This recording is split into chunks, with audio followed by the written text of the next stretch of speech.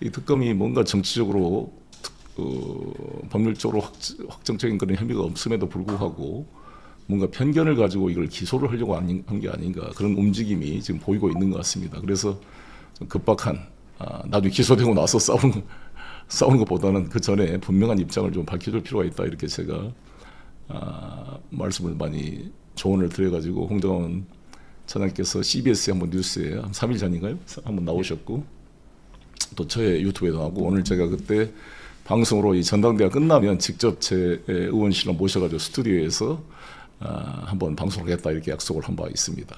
지난 5월 18일 날 갑작스럽게 내란 관련된 부분으로 입건이 됐습니다. 그 후에 4번에 걸쳐서 출석 조사를 받았고 6월 말에 마지막 4차 조사를 받은 다음부터 지금 벌써 한 5, 6주가 됐는데도 불구하고 그 이후로는 뭐 특별한 통지나 연락을 받지 못한 상태에서 대기하고 있습니다. 다만 이제 한 23일, 24일 정도면은 특검이 이제 마무리를 줘야 되는 입장이니까 저에 대한 어떤 결정도 조만간 임박하지 않았나 이렇게 생각이 듭니다. 네. 우리 변호사님께서 지금 써주신 제가 변호사를 읽어봤는데 변호사님이 판단하시기에 지금 어떻습니까 법률적으로 이제 한번 변호사님 의견을 들어보겠습니다. 뭐 수사받는 중간에는 영장을 친다 만다 뭐 이런 얘기도 있었는데 개인적인 의견으로는 지금 이 정도의 증거 내지는 이 정도 근거를 가지고 기소를 하더라도 공소 유지가 될까라는 의문을 갖고 있습니다. 정말 저도 이해를 못하겠는데 특검 측에 제가 이제 들으라고 이렇게 방송을 하는 겁니다. 저는 특검이 누군지도 모르고 관계자가 누군지도 모르겠습니다만 저도 법률가로서 또 국회의원을 지금 6선 의원으로서 지금까지 내란의 과정을 지켜온 바로서 모든 국민과 함께 우리는 홍장원 차장이 얼마나 이 부당한 윤석열 그 내란 수객의 지시에 대해서 항의하고 또 제대로 이행하지 않고 그것을 막았는지를 우리가 똑똑히 들어서 알고 있는데 그 잠깐 순간 초기에 12월 3일, 4일 그 시기에 있었던 국정원 내부의 일을 갖고 내부의 문건을 가지고 억지로 이 내란 그 주요 임무 종사자가 아닌가 이렇게 의율해서 이걸 만들어 가는 것 같은데 우리 김 변호사님께서 저한테 보내주신 그 변호인 의견서를 저도 다 한번 읽어봤습니다. 근데 핵심 내용이 이제 내란 주요 임무 종사자로 나 정말 이거 정말 특검 너무 심한 거 아닌가요? 뭐 할 일 없으니까 바꿔보려고 지금 그 억지로 일을 만드는 것도 아닌 것 같은데 이게 핵심 내용이 그렇습니다. 여러분에게 설명을 드리면 내란 죄의 중요 임무 종사자로 해당이 되려면 첫 번째 대통령의 국헌 문란 목적을 인식 수용을 해야 되잖아요. 실시근계 지시 문건 수령을 통해 그다음에 비상계엄에서도 허용될 수 없는 실력 행사에 실질적으로 기하는 구책 행위가 있었어야 됩니다. 그리고 국헌 문란의 목적을 인식 공유를 했어야 되는데 그러한 것이 되지 않던 게 임명이 된 게 하나도 없어요. 근데 중요한 게 아마 여기서 억지로 집어내려는 게 직접 윤석열의 지시가 14명 체포해라는 그거였죠. 그렇죠. 14명의 명단을 체포하는 지시를 했는데 그거를 듣고 방첩사나 이쪽에서 그 내용을 전파해서 그러한 시도에 동조하려는 행위를 했다 이런 거 아닙니까 저쪽에서? 사실과 다릅니다. 그러니까 그쪽에서 예. 그렇게 이게 묶어 가려는 것이고. 근데 우리 모든 국민들이 지켜봤듯이 그러한 대통령의 지시를 받고 그대로 이행하려고 그랬으면 왜 조태영 국정원장을 만나가지고 지침을 주시오라고 물어볼 이유가 없다는 거 아닙니까? 네. 국정원장이 지침 없이 차장이 일할 수 있는 구조는 아니죠. 네. 그리고 이제 중요한 게 홍정원 차장이 말씀한 대로 그랬으면 1시간 바로 후에 윤석열이 다시 지시를 내린 게 바로 이남수 김남우 기조실장. 이름이 뭐예요? 김남우 기조실장. 김남우 기조실장한테 동일한 지시를 내립니다. 그것은 홍정원 차장이 실제 이행을 하지 않았기 때문에 동일한 지시를 그 밑에 있는 기조실장 차장 밑에 있습니까? 뭐 동일한 선상에 동일한 선상에 거기에다가 지시를 내는 거 아니겠습니까? 그것도 말이 안 되는 것이고 그 다음에 이제 계속 지시가 잘 이행이 안 되니까 바로 해임을 시켰죠. 경질했죠. 3일 만에. 예. 그러니까 12월 3일 날, 12월 5일 날 이틀 만에 홍장원 차장을 경질했는데 아니 특검 주장대로 내란 목적 행위를 가지고 같이 행위 분담을 하고 그 주요 임무 종사자라면 내란 수계가 경질할 이유가 없는 거 아닙니까? 그 상식적으로 보더라도 말이 안 되는 것인데 왜 이거를 이렇게 억지로 꼬으려고 하는지 알 수가 없습니다. 그래서 우리 홍 차장님께서 이러한 것을 지금 한 4번 조사를 받은 거죠. 특검에 가서. 네. 쭉 그에 대해서 분명히 설명을 했고 또 안 되는데 일부 이제 국정원 직원들 사이에서 자기들끼리 보고한 문건 매뉴얼 뭐 이런 것들을 긁어 모아가지고 뭘 한 건 아니냐 이렇게 지금 얽으려고 그러는 거 아니겠습니까? 그 내용에 대해서 한번 설명해 보시죠. 지금 제가 보기에는 굉장히 중요한 쟁점이 하나 있는 것 같습니다. 네, 네. 그 쟁점은 지금 내란 특검하고 종합 특검이 충돌하고 있는 그 지점에 있는데 네. 그 충돌한 지점은 내란 종료 시점을 어떻게 보느냐 하는 겁니다. 네. 지금 검경이나 기타 사법기관과 내란 특검이 특정했던 것은 12월 4일 새벽에 내란이 종료됐다고 보고 있는 건데 네. 갑자기 종합특검이 지금 12월 4일에 내란 종료를 12월 14일에 종료됐다고 나름대로 이미 연기하고 있지 않습니까? 종료 시점을 어디에서 어디까지? 12월 4일에서 12월 14일로. 아, 원래 4일로 1차 특검은 봤는데 예, 종합 다시 특검은 14일로. 예. 제가 뭐 기본적인 자료를 통해서 보기에는 12월 4일 날 종료대로 보는 것이 대법원의 판례도 맞고 네. 기본적인 법리 사항으로 12월 4일 날 종료라고 판단을 하고 있는데 종합특검이 상당히 새로운 결정을 내린 거거든요. 네. 근데 이게 왜 중요하냐면 지금 내란 중요임무종사로 혐의점을 두고 있는 CIA 문건 전달과 관련해서 저와 관련해서 그와 관련된 상황이 12월 4일 날 내란 종료 이후에 일어납니다. 그렇다면 12월 4일 날이 내란 종료라고 하면 저는 CIA 문건 관련된 여러 가지 사항을 내란 관련 혐의로 특정할 수가 없습니다. 그럼 결국은 12월 14일로 내란 종료 시기를 연장했다는 것은 내란 시기를 연장하면서까지 홍장원 차장의 내란 주요 임무종사 관련된 혐의를 특정짓겠다고 하는 거거든요.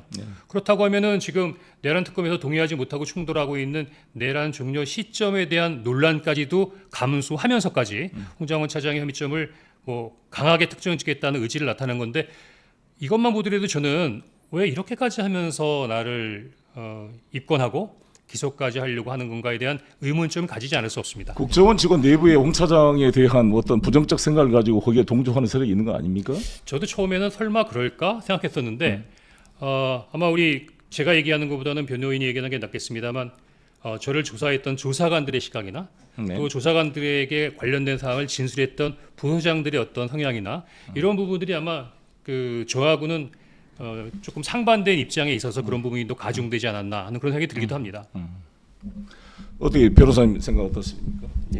이게 수사 절차에 관한 좀 문제인데요. 가까이 보세요.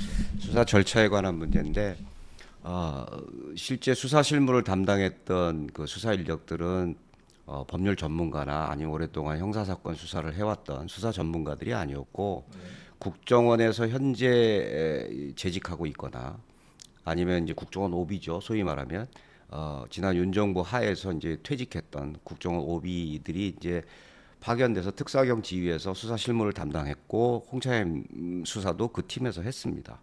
제일 이상했던 건 이분들이 법률 전문가가 아니었기 때문에 질문이나 이제 증거 가치 평가하는 데 있어서 제가 평소에 해왔던 기준하고 좀 달랐다는 거죠.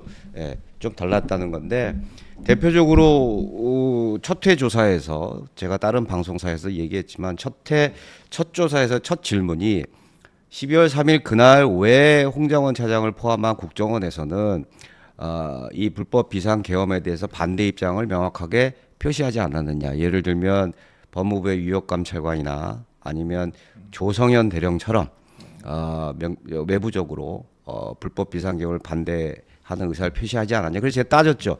아니 이게 수사지. 이게 국정원 뭐 내부 직무감찰하는 것도 아닌데 그거에서 우리가 그걸 반대해야 될 법률적인 의무가 있느냐. 더군다나 지금 드러나 있지만 당시에 비상계엄을 정무직 원장을 포함한 정무직들이 아무도 예상하고 있지 못한 상황이었는데 그걸 듣자마자 그날 밤에 그걸 어떻게 인식하고 반대를 하냐.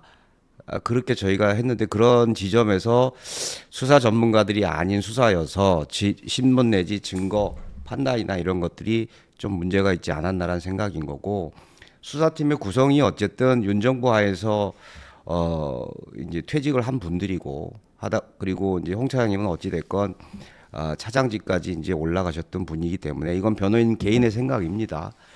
아무리 백약이 모여라고 아무리 반증을 하고 그 다음에 특검의 의심과 반대되는 증거 그 다음에 그날의 어떤 다른 정황 사실관계를 들이대도 기소를 하겠다는 방향에서 요지부동이니까 다른 뭐 때문에 그러는지에 대해서 저희는 고민하지 않을 수가 없는데 다른 어떤 정무적인 배경이 있는 거 아니냐라는 의심을 변호인으로서 안 가질 수가 없어요. 예.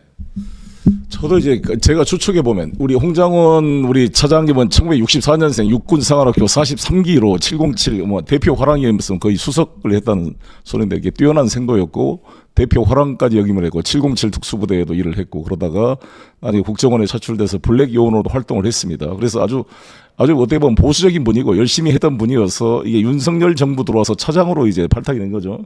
그러다 보니까 윤석열 정부 때 좀 잘렸던 사람들 입장에서는 시기 질투의 대상이 될 수도 있다 이렇게 생각합니다. 근데 어찌됐건 이 홍장원 차장을 윤석열은 자기 쪽 사람이라고 믿었겠죠. 근데 홍장원 차장은 누구 쪽 사람이 아니라 홍장원 차장의 그동안 증언을 통해서 보면 홍장원 차장이 그랬단 말이에요. 14명의 체포 명단을 보고 뭐 한동훈이나 뭐 여기 뭐 우리 우원식 국회의장이나 이재명 대표나 이런 사람들이 다 잡아간다면 이게 우리가 국가안보를 지키려는 공산당 무슨 소비에트 스탈린 체제와 다를 게 어디가 있습니까? 이러면 안 되는 거 아닙니까? 우리 국가가 단순한 그런 생각으로 이거는 아니다라고 생각해서 그러한 지시를 거부했고 그것이 쭉 확인돼서 결국 이틀 만에 해임을 당한 사람인데 이거를 왜 이렇게까지 억지로 홍장원을 이렇게 기소를 해서 할까? 뭔가 홍장원이 윤석열 때도 1차장으로 잘 나갔는데 갑자기 또 내란을 막은 영웅으로 돼서 이재명 정권도 잘 나가?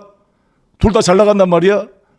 그렇게 둘 수는 없지. 뭐 이런 혹시라도 시기하는 세력들이 있는 건 아닐까? 그런 이제 의심도 해보는 거죠. 그런데 저도 잘 이해가 안 되는 겁니다. 그리고 우리가 내란이라는 것이 일단 이 국군 통수권자가 비상계엄을 선포하게 되면 우리는 정보가 제한돼 있고 특히 국정원은 집행기관이라보다는 이런 상황이 뭔지를 파악해야 될 정보기관이기 때문에 일단은 웨이트 앤 씨 하는 거잖아요. 보고 체크를 해보고 상황이 아니구나라고 이제 나중에 체포 명단 14명이 나오니까 이거는 아니구나. 처음에는 무슨 국가보안사범이나 간첩들을 뭐 체포하라 그러는지 뭔가 이렇게 의심을 했을 거 아니겠습니까? 대통령의 지시가 오면은. 근데 보니까 현직 야당 대표, 국회의장, 심지어 여당 대표인 한동훈까지 체포해라 이렇게 나오니까 이거는 이행될 수 있는 사안이 아닌 걸 바로 알게 된 거죠. 그렇죠. 그래서 그 이후로 실제로 홍 차장께서 윤석열이 지시 협력하거나 협조한 게 없는 거 아닙니까? 없죠. 더구나 지금 예를 들어서 저는 종합특검이 의심하고 의혹을 가질 수 있다고 생각합니다. 왜냐하면 그분들의 일이니까. 네. 또 그런 거에 대해서 제가 합리적으로 설명해서 그분들을 설득하고 오해를 풀어드려야 된다고 생각하는데 그분들이 저에게 갖고 있는 의혹 중에 하나가 이런 게 있습니다. 여인영 방첩사령과 홍장원 차장이 체포자의 명단을 같이 만들었다. 뭐 의혹이죠. 하지만 그 의혹도 어느 정도 상식적인 범위 내에서 이루어져야 되는 부분인데 만약에 여인영 사령관과 제가 그 체포 명단을 같이 만들었다고 하면 그날 밤에 여인영 방첩사령관이 왜 저한테 명단을 불러줬죠? 그렇죠. 또 하나는 제가 2차 메모, 3차 메모에서 메모를 적은 것 때문에 약간 논란이 있었는데 그 박선원 의원이 만들었다는 거 아닙니까? 근데 제가 이미 그 체포자 명단의 어떤 작성과 구성에 관여했다면 굳이 제가 보좌관한테 그걸 해서 다시 한번 적어봐라 그건 누구냐라고 얘기할 필요가 없었겠죠. 그렇죠. 더구나 제가 내란 우두머리 재판에 나가서 증인으로 나갔을 때 피고인석에 있었던 윤석열 전 대통령이 저를 직접 신문한 적이 있었습니다. 네. 뭐 예를 들면 그 여인영 사령관한테 그렇게 얘기하는 거 좀 이상하지 않았어? 뭐 등등의 어떤 그런 질문이 있었는데 그때 제가 어떻게 역질문했냐면 아니 그날 밤에 도대체 저에게 누굴 잡아내라고 한 겁니까? 라고 제가 역질문을 했거든요. 그랬더니 뭐 반국가 단체나 간첩이 아니겠어요? 라고 하시길래 제가 아니 우원식, 이재명, 한동훈은 간첩이 아닙니다라고 말씀드렸는데 그거 유튜브에 그대로 남아있을 겁니다. 저도 기억납니다. 만약에 여인영과 제가 체포 명단을 같이 만들 정도라고 하면 아무리 세상이 이렇다 하더라도 형사재판에 나가서 혹시 만약에 제가 같이 만들었으면 네가 만들었던 거 아니야라고 얘기하지 않았을까요? 아니 벌써 1년 거의 2년 가까이 지나고 있어서 재판이 진행 중인데 그렇다면 여인영 사령관은 저를 위해서 저를 보호하기 위해서 말을 안 하고 있는 건가요? 저는 그 의혹이나 의심을 갖는 부분은 충분히 있을 수 있지만 그건 합리적인 근거와 특히 사법적 기관이라고 하면 법리적인 근거를 가지고 의혹과 의심을 가져야 하고 그 부분에 대해서 합리적인 논거가 있고 설명이 있다고 하면 받아들여져야 한다고 생각합니다. 네, 잠깐만요. 우리 박선원 의원 한번 더 우리 박선원 최고위 지금 보고 있죠 영상. 우리 박선원 최고위님을 모시려고 그랬는데 박선원 최고위님이 지금 어제 당선되고 지금 그 광주에 5.18 묘지 참배 때문에 오지 못해서 제가 이 방송을 보고 스피커폰으로 이야기를 하는데 이 대목에서 박선원 우리 최고위원 말씀을 들어보겠습니다. 첫 번째 명단 관련해서 말씀을 드릴게요. 제가 그 12월 6일 아침에 그 정보위가 열렸을 때 그 신성범 정보위원장하고 제가 있는 자리에서 이성근 간사도 했습니다. 여인영이 이렇게 이야기했습니다. 장관이 불러준 명단을 받아 적었다라고 분명히 이야기를 했어요. 네. 그러니까 14명의 장관은 여인영이가 장관이 14명의 명단, 체포자 명단을 김용현 장관으로부터 받아 적었다 이렇게 이야기를 했거든요. 누가? 여인영이가 여인영이가 그랬죠. 예, 여인영이가 그날 밤에 예. 김용현이한테 그 명단을 받아 적었다고 그랬어요. 예. 그러니까는 여인영이가 홍장훈 차장하고 그 명단을 작성할 수가 없는 거잖아요. 네. 그리고 그거는 저 메모에도 있어요. 그 다음에 두 번째는 홍장훈 차장이 그것을 그 명령이 잘못됐다고 생각을 했기 때문에 요거 문제가 있어. 이 명단을 역사의 기록으로 내가 좀 갖고 있어야 되겠어. 그러한 생각이 있었기 때문에 보좌관을 통해서 2번, 3번 명단을 기억을 더듬어서 다시 정한 거잖아요. 갖고 있었던 거잖아요. 네. 그리고 그걸 갖고 국회에서 증언도 했었고 헌법재판소에서 그게 다 증거로 채택이 됐잖아요. 그러니까 이 특검이 종합특검이 그렇게 홍 차장의 여인형과 무슨 체포 대상자를 같이 모의해서 작성했다라고 하는 것은 어불성설이죠. 말이 안 돼요. 왜냐하면 만약에 그렇게 되려면 그 전에 여인형이 방첩사령관에 여러 사람들이 방문했었는데요. 국정원 쪽에서 고위직은 황원진이 24년 11월에 방문한 게 전부예요. 홍 차장님이 방문한 적이 없어요.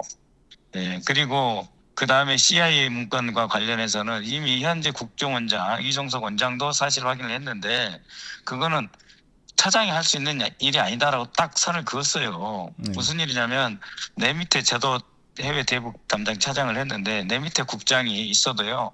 원장 지시 직접 받아가지고 행위해버리면 차장이 모릅니다.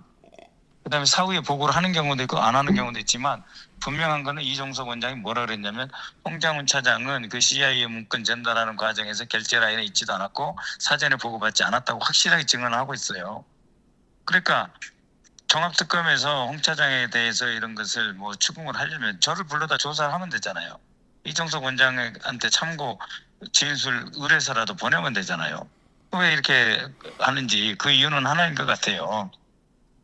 지금 황원진 차장이나 김남국 기조실장 이걸 다 엮어서 이제 기소를 하는데 홍정원만 왜 뺐냐 이런 말 들을까봐 그 기계적 균형 아닌 균형을 위해서 이렇게 하는 건데 그건 말이 안 되죠. 사람이 하는 행위가 있고 역할이 있고 이 전체 과정에서 만약에 이 종합특검이 말하는 것이 사실이라면 왜 윤석열이가 당신 이렇게 해서 같이 명단 작성하고 네가 저기 말 잘 듣고 조태영한테 제대로 말 따르고 있었기 때문에 네 그냥 뒀는데 왜 그러냐 이렇게 말했을 거 아니에요. 그렇죠.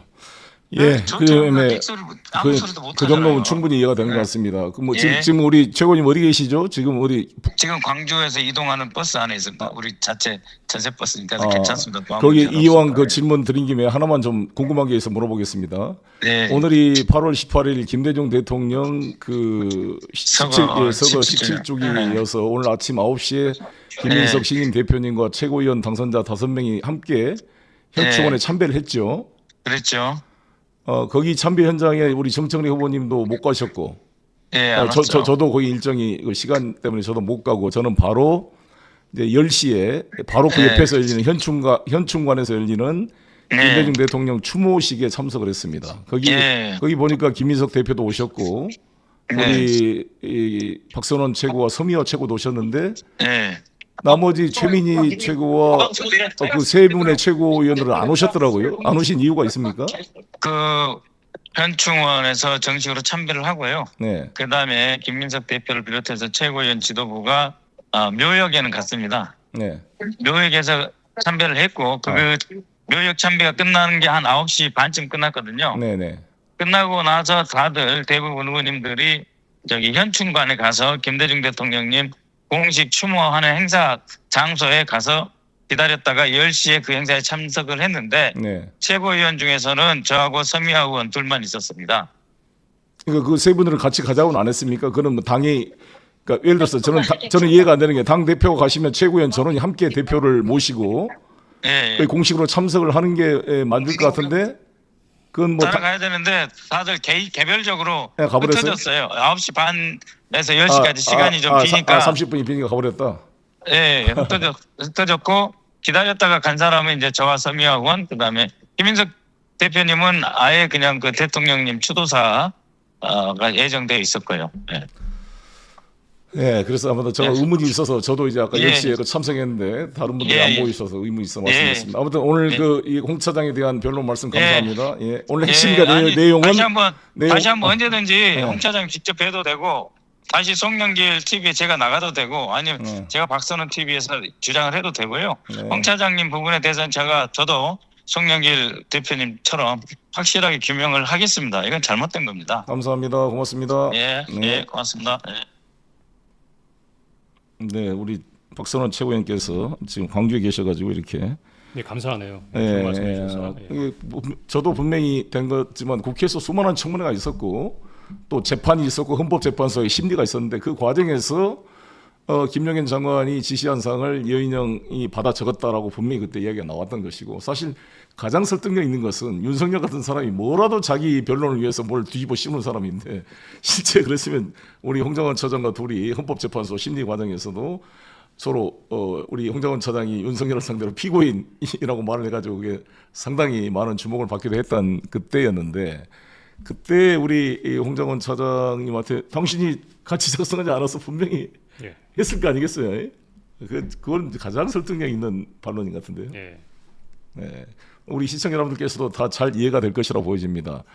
그래서 저는 이제 이렇게 이 방송을 처음에는 이런 방송을 아직 특검이 결정하기 전인데 이렇게 방송을 해도 좋을까 아무래도 우리 이제 홍 차장님께서는 순수한 분이시고 자기가 절차로 문제가 없는데 이것이 왜 될까에 대한 이제 그 있는데 그래도 저는 정치인이기 때문에 뭔가 이게 정무적으로 법리적으로 순수한 판단을 한 게 아니라 뭔가 좀 정치적인 양균형, 기계적 균형이나 아니면 아까 제가 말했던 그런 추측을 한 그런 사유 때문에 선입견을 가지고 우리 홍 장관을 얽어매서 기소를 하려고 하는 시도가 있는 게 아닌가라는 의심이 크기 때문에 이것은 선제적으로 우리가 공개하고 국민들이 한번 봐라 이거죠. 재판이라는 게 우리가 이번 재판을 통해서 보는 건 뭡니까? 지기현 재판도 보고 그다음에 우리 그 이진관 재판장도 봤지만 판사님에 따라 너무나 다르잖아요. 그러니까 저는 우리가 사실상 우리 대한민국 국민 전체가 배심원이라는 생각을 가지고 있는 객관적 증거들을 공유하고 다 국민들에게 설명하고 반론함으로써 이 집단적 지성으로 판단이 된다고 봅니다. 그래서 이런 부분이 제가 봤을 때도 우리 홍장원 차장을 가지고 이 내란 뭐 방조도 아니고 주요 임무 종사자로 이걸 기소한다는 것은 너무나 억지스러운 일이고 이런 것은 오히려 윤석열 쪽 내란 수괴들이 물기인 작전으로 바라는 그것에 끌려가는 게 아닌가. 이게 본말이 전도된 게 아닌가. 이런 생각을 하고 있습니다. 우리 한번 이제 좀 우리 변호사님 제 말이 좀 어떻습니까? 변호사님이 최종 한번 마무리 변론을 해주시죠. 지금 한 미수 얘기하면 미수. 제일 지금 대고 예. 지금 제일 법리적으로 그 좀 황당한 부분은 내란 종료 시기를 4월 14일, 12월 14일, 그러니까 국회에서 탄핵 결의 있을 때까지 종료 시기를 늦추겠다는 건데 그렇게 되면 뭐 홍 차장님을 포함한 뭐 KTV 이은우 대표인가요? 이분들은 기소할 수 있을지 모르겠는데 기존의 피고인이 됐던 다른 내란의 이제 공범들, 그건 윤 대통령을 포함한 부분입니다. 자발적으로 14일 이전에 군이 철수를 했다거나 아니면 제가 기억하기로 그 사이에 그 대통령도 대국민 담화를 통해서 뭐 정치적인 어떤 시위였다라고 담화를 냈던 걸로 알고 있는데 어찌됐건 내란의 기수가 아니라 미수가 될 가능성이 있어요. 이 부분은 지금 특검이 경주마처럼 앞만 보고 달려가는 거 아닌가. 그 옆을 보게 되면 내란의 종료 시기를 그렇게 열흘씩 대법원 판례와도 어긋나게 늘려서 자기들의 기소의 근거를 만들게 됐을 때 지금 재판이 진행 중인 다른 재판에 어떤 영향을 줄지에 대해서는 한번 생각해 봐야 됩니다. 예. 기수가 아니라 내란의 미수가 될 수 있다는 점. 그건 뭐 대표님도 법률가 출신이시니까 그게 저는 제일 걱정입니다. 그런데 그 재판부가 그렇게 보지 않겠죠. 이 특검이 한다고 하는데 저 특검이 내란을 왜 기간을 그렇게 연장해서 1차 특검과 다르게 이렇게 몰아가는지 정말 이해할 수가 없습니다. 기소를 막아야 되니까. 네, 예. 이 지금 이제 저희가 우리 홍장원 차장께서 3일 전이죠. CBS 최초 공개한 게 3일인가요? 그렇습니다. 지난 목요일입니다. 지난 목요일 날 그걸 하시고 그 다음 날 저하고 한번 전화 인터뷰를 했고 오늘 이제 4일째 되는구나. 한 4일째. 금, 토, 일, 월. 오늘 월화인가 오늘이? 그래서 약간 지금 특검이 소강 상태로 있는 것 같은데 아마 특검에서도 저희들의 방송을 좀 참고하기를 바라겠고요. 또 이것이 지금 오마이뉴스하고 스픽스에서 아마 이 방송이 지금 되고 있습니까? 스픽스도? 네. 스픽스 오마이뉴스와 같이 동시 좀 라이브 방송이 되고 있습니다. 그래서 이걸 통해 아마 기자님들도 보고 계실 텐데 이런 황당한 일이 불필요하게 벌어지서는 안 되겠다는 생각이 들고요. 홍 차장님은 지금 제가 봤을 때는 국가 공무원으로서 보수 진보를 넘어서 정말 보수적 관점에서 국가에 대한 애국심으로 한 길로 걸어온 분입니다. 우리 홍 차장님 아버님도 해군 제독 출신이고 어머님도 해군 간호장교 출신입니다. 그러니까 정말 모두가 국가를 헌신한 이 군인 가족의 아들로서 서울대학교도 합격했는데 아버님을 따라서 정말 국가에 충성하고자 육군사관학교를 가서 정말 대표 화랑으로 이렇게 반듯하게 국가를 위해 헌신해온 분인데 이거를 이런 걸로 이 명예에 먹칠을 하는 이것을 잡아가지고 기소를 하는 게 과연 이게 정말 정말 이 하나밖에 없는 아들들을 내란범으로 몰아가지고 사병으로 지시해서 국회에 투입했던 이 내란 수괴가 그 말을 거부하고 싸웠던 사람인데 이 사람을 기소한다는 게 말이 맞습니까? 특검 여러분?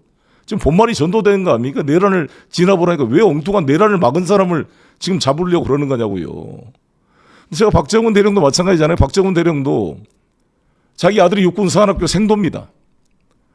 포항의 대동고 출신인데 송영길이 뭐 광주 대동고에서 대동고 후배라고 막 처음에 초기 전라도 사람 아니냐 이렇게 댓글이 나오기로 그랬습니다만 이름만 같이 그냥 포항 대동고 출신의 경북대학교 법대를 나온 그야말로 TK 핵심인이고 그 어머니는 국민의힘 여성위원회 위원장인가 그 당원입니다.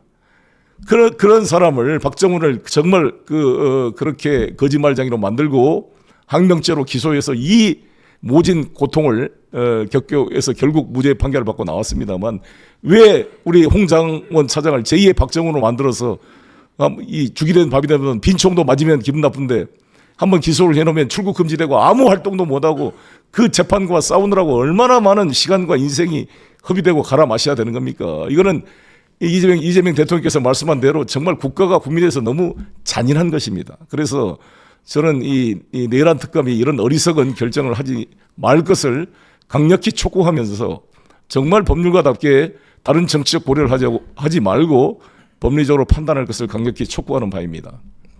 마무리 말씀 한 번씩 하시죠. 우리 홍 차장님. 막상 생각해보니 2025년에는 대통령이라고 하는 엄청난 권력 앞에 있었습니다. 그때 골리앗 앞에 섰던 다윗 같은 느낌이었다고 생각했는데 아이러니하게도 2026년에는 특검이라고 하는 어마어마한 사법 권력 앞에 서게 됐습니다. 이게 개인적으로 받아들이는 운명인가라는 생각이 들기도 하는데 참으로 여러 가지 생각이 많이 듭니다. 제 개인적인 얘기 하나 할까요? 네. 아마 이게 방송 보시는 분들은 우리 송영길 의원님하고 저하고 이제 아는 지인이 아닐까 이렇게 생각하는 분들도 있는데 아닙니다. 송영길 의원님이 갑자기 저한테 전화를 하셔서 아니 내란을 막았던 사람이 어떻게 내란 공범이 될 수 있냐고 물어보시면서 너무 궁금해서 한번 그 관련된 내용을 좀 알고 싶다고 말씀하셔서 제가 한번 뵙고 설명을 드린 적이 있었거든요. 그 설명을 들으시고 역시 변호사시다 보니까 변호인의 의견서까지 한번 다 읽어보신 다음에 저에 대한 믿음을 가져주시는 것 같습니다. 사실은 잘 모르는 분이고 처음 연락했을 때 어색한 마음이 있었는데 오늘 함께 이렇게 유튜브 TV에 나와서 말씀하신 걸 듣다 보니까 마음이 찡하고 이분이 갖고 있는 배려와 정의감이 이래서 이렇게 큰 정치인을 만들어냈구나 하는 어떤 그런 존경심을 갖게 됐습니다. 진심으로 감사드립니다. 예.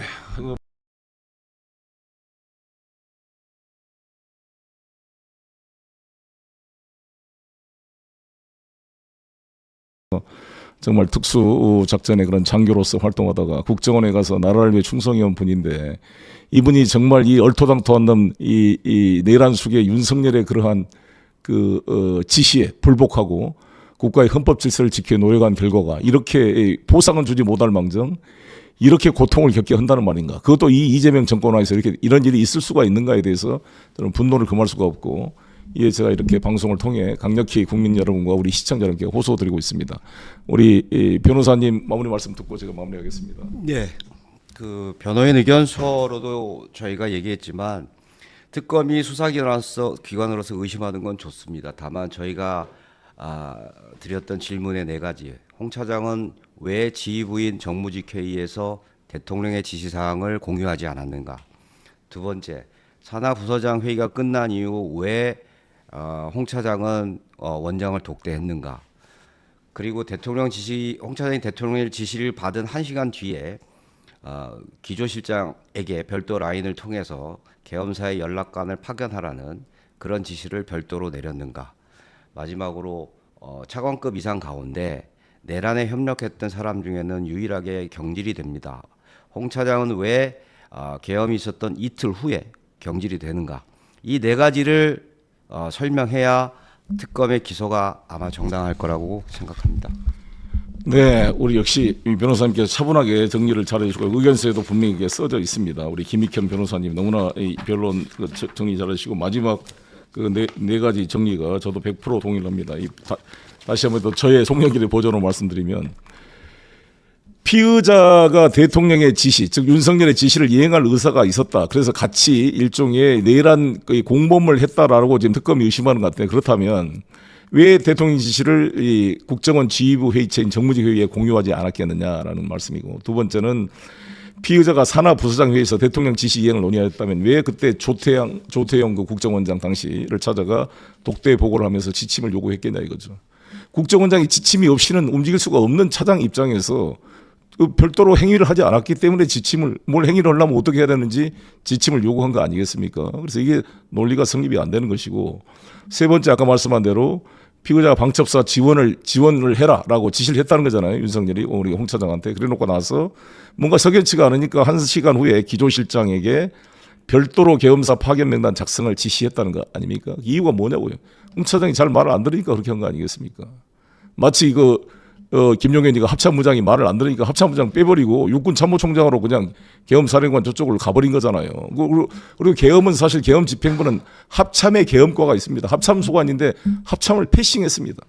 그건 드론이나 이런 거에 대해서 동의를 하지 않으니까 그런 거 아니겠습니까? 네 번째, 피의자가 대통령 지시를 이행할 의사를 가지고 산하부상회의에서 이와 관련 지시를 했다면 대통령이 아까 말씀한 대로 이틀 만인 12월 5일 날 홍정원 차장을 왜 경질하냐고요. 그렇지 않습니까? 특검 여러분? 아니, 상식자로 왜 경질을 하냐고, 이 홍장원이를. 말 잘 듣고 있는데. 윤석열이가. 그리고 그렇게 만약에 이 특검이 의심한 대로 윤석열의 내란 공모 혐의에 공모하고 협력했다면 그동안의 수많은 국회 청문회, 재판정의 서로 간의 증인 신문 과정, 그다음에 헌법재판소의 그러한 공판 과정에서 당연히 윤석열이 이 홍장원에 대해서 공격을 했겠죠. 제시를 하고. 하나도 못한 거잖아요, 그것도. 우리 홍장원 차장께서 대통령으로다 나중에 윤석열의 피고인, 그러니까 윤석열이 당혹을 했는데 그런 자기가 일종의 자기로서 모욕으로 느꼈을 텐데 그런 걸 들으면서 홍 차장의 약점을 공격 안 하고 지나갔다는 것은 그게 사실이 아니었음을 반증하는 것이다라고 생각합니다. 이런 것을 종합적으로 검토해서 우리 시청자 여러분께서도 저희 방송을 보고 많이 공감이 가실 거라고 생각이 들고 정말 바로 잡아 주십시오. 정말 이렇게 우리가 어떤 이 생각, 우리가 보통 생각은 처벌하지 않잖아요. 우리가 생각으로 상상으로 뭐 지구를 파괴할 수도 있고 막 우주가 돼서 자기가 로봇 태권브이가 돼가지고 어디 건물을 때려부신 별상 상상을 할 수가 있잖아요. 그러나 우리 형법은 행위를 처벌하는 것입니다. 생각과 상상을 처벌하는 게 아니에요. 내란은 예외적으로 예비 음모도 처벌하지 않습니다. 그러나 방화라든지 내란 같은 아주 중대한 범죄만 예외적으로 예비 음모가 있어요. 살인 같은 게. 나머지는 뭐 일반 절도죄 예비 음모죄가 없습니다. 그것처럼. 근데 예비 음모가 되려면 객관적 사실이 돼서 충분한 아까 말한 인식의 공유, 내란의 공유를 통해 행위 분담 같은 게 있어야 되는데 전혀 그런 게 없고 실제로 그게 동의하지 않았으니까 잘린 거잖아요. 이틀 만에. 이런 차장한테 우리가 상을 주고 국민들이 박수를 보내고 많은 국민들이 이 꽃고단, 이 사람의 인상을 보면 그분을 알 수가 있잖아요. 홍장원 차장님의 그 단호하고 정말 그 정돈된, 절제된 그 모습을 통해서 우리나라 국군 출신의, 국정원 출신의 보수 진보를 넘어서 정말 어떤 공직자, 특히 이 군 정보기관에 근무하는 그런 군인의 모델을 보는 것처럼 많은 국민들이 걱정을 하고 홍장원 차장에 대해서 지지와 격려를 보내고 있는데 이거를 갖다가 그 명예를 덧칠을 하는 이런 것을 함부로 하면 되겠습니까? 우리가 의심스러울 때는 피고인의 이유로라는 인두비오 프로레오라는 유명한 형사법 원칙을 굳이 동원하지 않더라도 이런 정도의 뇌피셜을 가지고 이 홍장원 차장을 기소해서 모욕하고 시간과 그 인생을 정말 갈아 마시게 한다는 것은 대단히 잔인한 일이라고 생각합니다. 저는 종합특검께서 정말 신중하게 판단해서 이러한 기소 시도를 중단할 것을 강력히 촉구하면서 홍장원 전 국정원 차장 이 사람을 내란 혐의로 기소했다는 보도. 조성현 저 양반도 기소됐다는 보도. 뭔가 이상하잖아요. 왜냐하면 어떻게 보면 저 두 사람은 내란의 영웅이었잖아요. 네. 근데 이 부분에 대한 우려도 있고 박수 치는 사람도 있긴 합니다만 그 홍장원 전 국정원 1차장, 조성현 전 수방사 1경비단장, 장관 대령이에요. 이 뒤집힌 이유를 조금만 설명을 드리려고 하면 최근에 그 윤건영 의원이 지금 이틀 연속 기자회견을 하고 있거든요. 이게 뭐냐면 국정원이 모든 부서를 계엄 직후 준비와 실행에 참여했다 뭐 이런 보도인데 그러니까 국정원이 계엄 최초 기획자일 수도 있다라는 오늘 기자회견을 했어요. 쉽게 표현하면 국정원이 사실 윤석열 내란에 국방부나 군이 아니라 국정원일 수 있다는 의혹을 제기를 했거든요. 그러니까 굳이 말하자면 홍장원 차장은 처음부터 내란을 반대한 게 아니다라는 이야기예요. 특검이 보기에. 준비를 착착착 해왔다는 거예요. 그러다가 홍장원 차장이 입장이 바뀌었다는 건데 적극적으로 했다라기보다는 일단 위에서 명령이 하달되니까 제가 봤을 때는 제 추정으로는 기계적으로 준비를 하다가 이건 아닌지 싶었던 것 같기는 해요. 네, 중간에. 근데 그게 지금 조성현도 그렇고 홍장원도 그렇고 불법인 거 알면서 준비를 했다라고 하는 혐의입니다. 근데 이거를 어디까지는 혐의로 보고 어디까지는 아니라고 봐야 되느냐. 지금 이 경계에서 내란 특검이 딱 집어가지고 지금 홍장원과 조성현을 기소를 한 거잖아요. 근데 저는 이게 이 두 명이라는 게 이걸 좀 봐야 된다고 생각합니다. 왜냐하면 이게 우리가 정말 이 내란 국면에서 응원했던 대표적인 사람 두 명이거든요. 근데 이 사람들을 일부러 이렇게 했다는 거는 시선을 이 사람들한테 집중시키기 위한 거라고 생각하거든요. 네. 사실 정말로 이 안에서 중앙에서 일을 했던 사람들을 놔두고 나머지 홍장원이나 조성현 같은 사람들을 이렇게 기소시킨 거 아니야 일부러. 이제 나머지 빼주고. 그러니까 비상계엄을 선포합니다 했어요. 그러니까 홍장원 차장이 부서장 회의를 엽니다. 국군 방첩사령부와 경찰청과 연락망을 구축하고 경찰청 상황실에 인원을 파견하라고 지시. 여기까지예요. 이게 혐의가. 그리고 나서 뭐 어떤 이유가 됐든지 이제 약간 내란을 이제 동조하지 않는 쪽으로 움직이긴 했지만 초동 조치를 그렇게 했다는 거 이 혐의예요. 너도 이렇게 하긴 했지 않냐 이거죠. 근데 이제 이렇게 뭐 검찰이든 수사기관이든 이렇게 칼을 막 휘두르잖아요. 막 휘두르다 보면 자기 편까지 베게 돼요. 저는 이제 뭐 이 건에 대해서 내란 특검이 권창일 특검이 어떻게 판단했는지 모르지만 이거에 대해서 굉장히 우려하는 목소리가 많았거든요.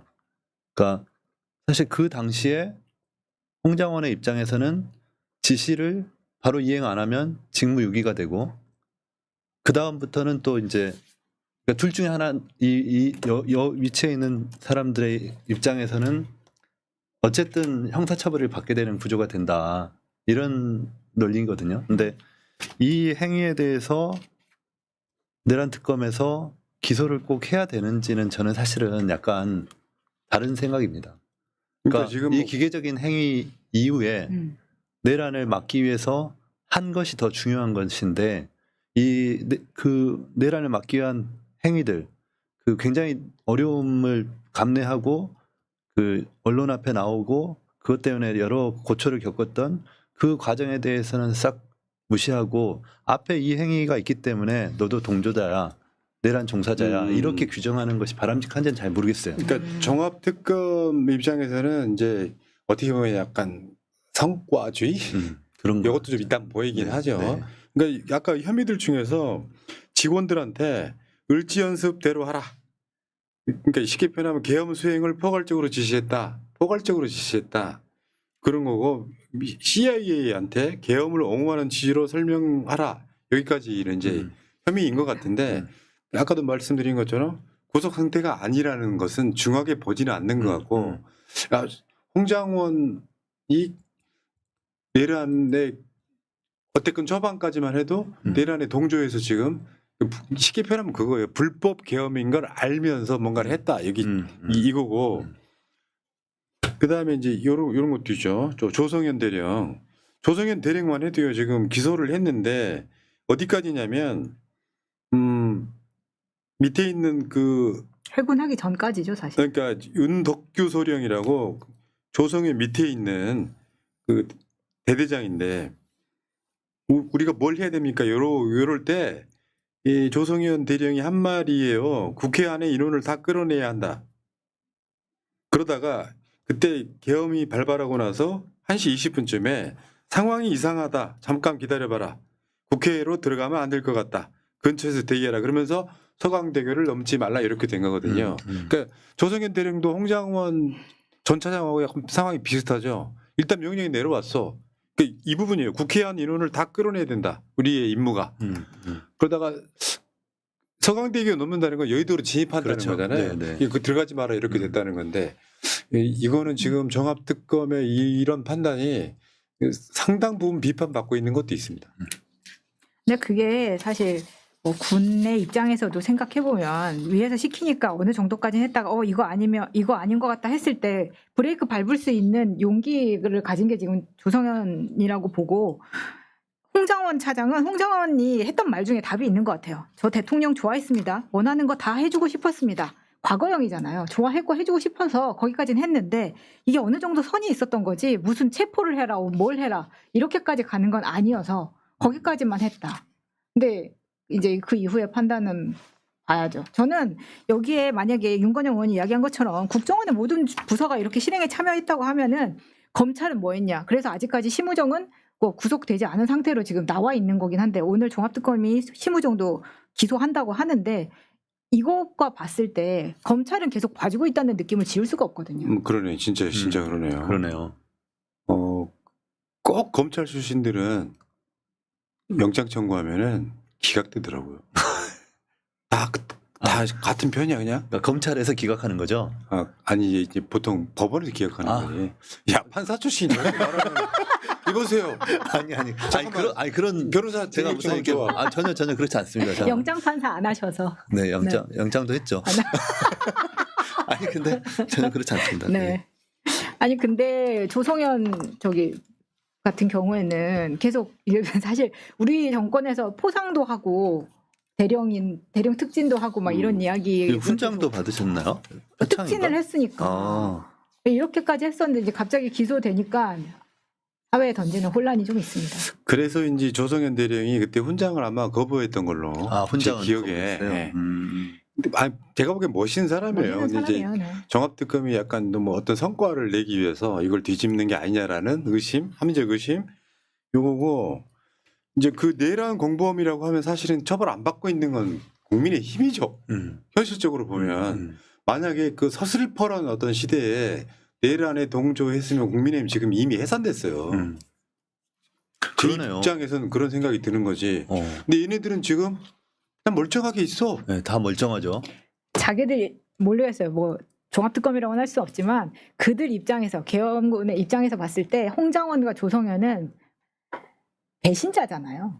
그 배신자 둘 딱 찍어가지고 이렇게 보여주고 있는 거 아니에요? 그런 의혹 제기, 네. 그런 흐름 속에 이제 모함을 했다. 네. 그렇게 몰고 갑시다. 그럽시다. 네.